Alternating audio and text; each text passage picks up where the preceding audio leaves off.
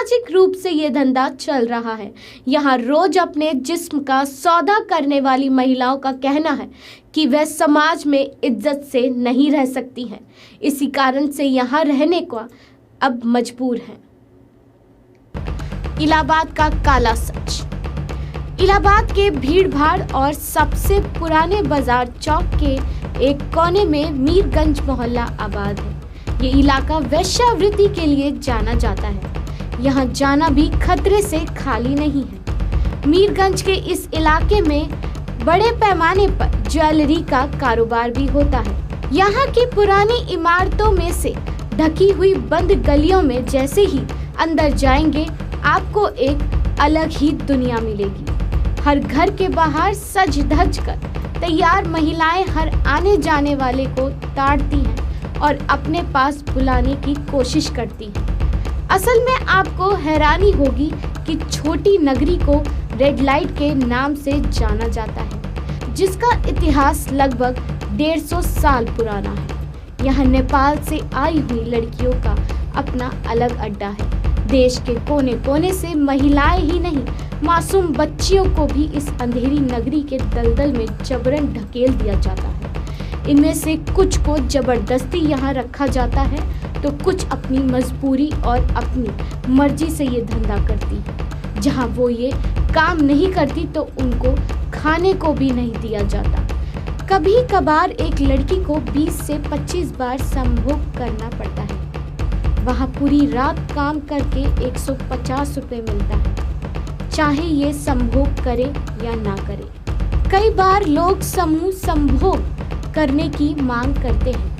काम नहीं होता तो उन्हें मजबूरन समूह संभोग करना पड़ता है। ना तो इनकी मदद कोई सरकार करती है, ना ही कोई एनजीओ करती है, और सरकारें बदलती रहती हैं, पर कोई सुधार नहीं आता।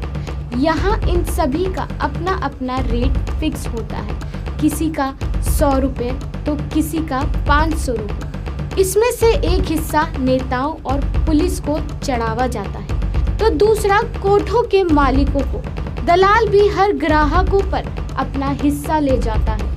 उनके पास 100 रुपये में से केवल 30 रुपये बचते हैं। खुश होकर कुछ ग्राहक ने आकर कुछ अलग से दे दिया तो वह उनका हो जाता है। भारत में देह व्यापार को कानूनी मान्यता नहीं है, इसके बावजूद सामाजिक रूप से इस धंधे को स्वीकारा जा रहा है।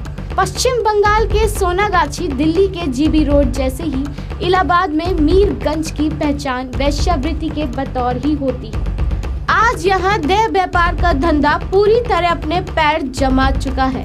गौरतलब है कि देश में आज भी वेश्यावृत्ति गैर कानूनी है, लेकिन इसके बावजूद भी सामाजिक रूप से ये धंधा चल रहा है। यहाँ रोज अपने जिस्म का सौदा करने वाली महिलाओं का कहना है कि वह समाज में इज्जत से नहीं रह सकती हैं। इसके कारण वह यहाँ रहने को अब मजबूर है। माँ से शुरू हुए इस धंधे में अब बेटियों और बहुएं तक शामिल हैं। इससे उन्हें कोई परेशानी नहीं होती। अगर ये नहीं करेंगे तो खाएंगे क्या और जिएंगे कैसे?